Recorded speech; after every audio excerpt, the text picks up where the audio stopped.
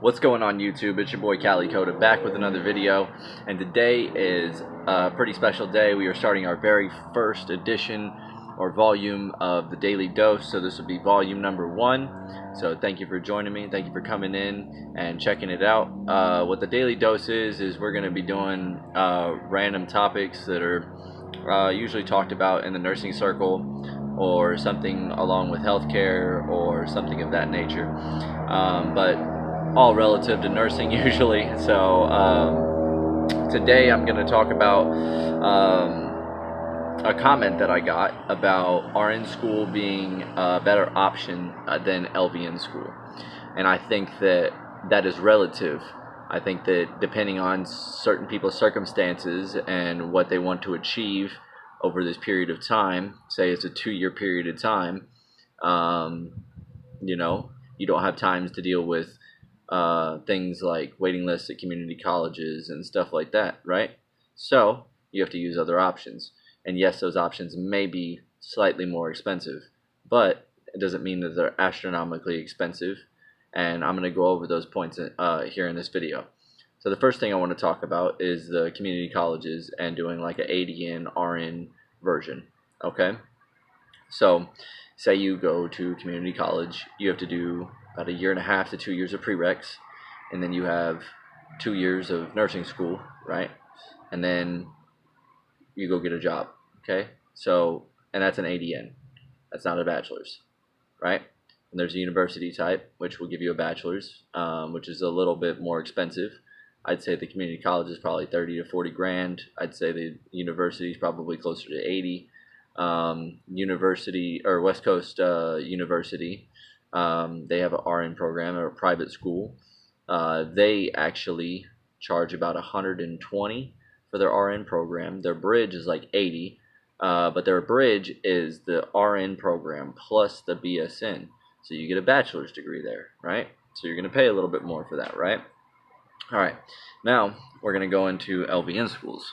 Okay, so most LVN schools are technical schools, and they're going to charge you about 30 to 40 grand. I currently go to Northwest College, and I spend $34,000, about what I had to pay.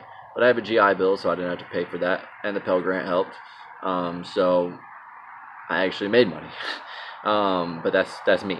That's my circumstances, that's my situation. It's not everybody.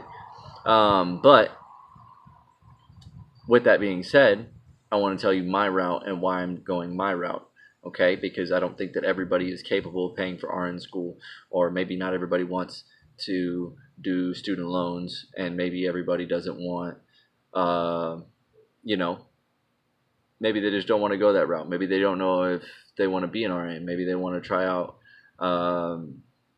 as being a nurse as an LVN, like me. I was in a CNA. I haven't done nursing or anything like that, but I wasn't 100% sure it's something I was going to be happy with and enjoy, but I did try it out, right? So I went with the lower level nursing just because that's what I wanted to do, and I wanted to get my feet wet and get myself acclimated with my surroundings and what, hospital life and how all that works, right?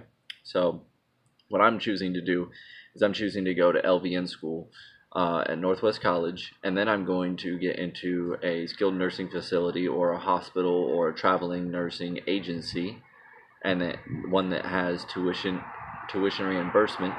And once they have tuition reimbursement, that means they can help me pay for my schooling, right? So they can help me pay for my RN and my BSN, right?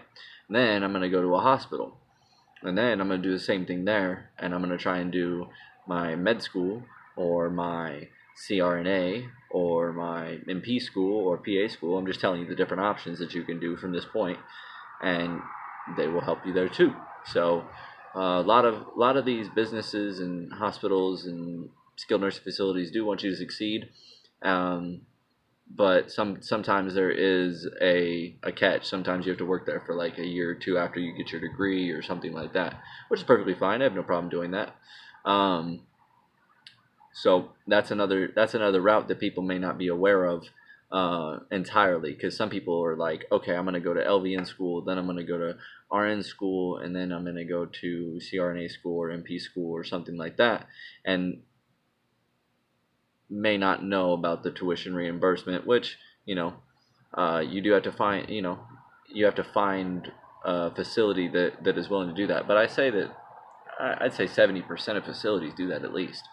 And as far as like coming on here with a comment like that, I don't know if you were trying to be negative, but that's fine. I'm still going to address it, just because I want everybody to see the full scope, because you're only giving one side of the picture.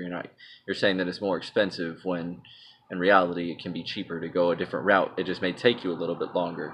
So your time depends on that. Your money depends on that. Your ability to get student loans and Pell Grants and things like that also depend on that. So for me, I needed to have something where I can work in like a year and a half. So I'm going to be graduating March 2018, and I'll be able to start working right out the gate. So I'm not even worried. But and I don't think that RNs will have any problem, because the market's going to be needing nurses like nobody's business. So keep that in mind. I think by 2020 they need like 150,000 RNs at least, something like that, some astronomical number. Don't quote me on that one.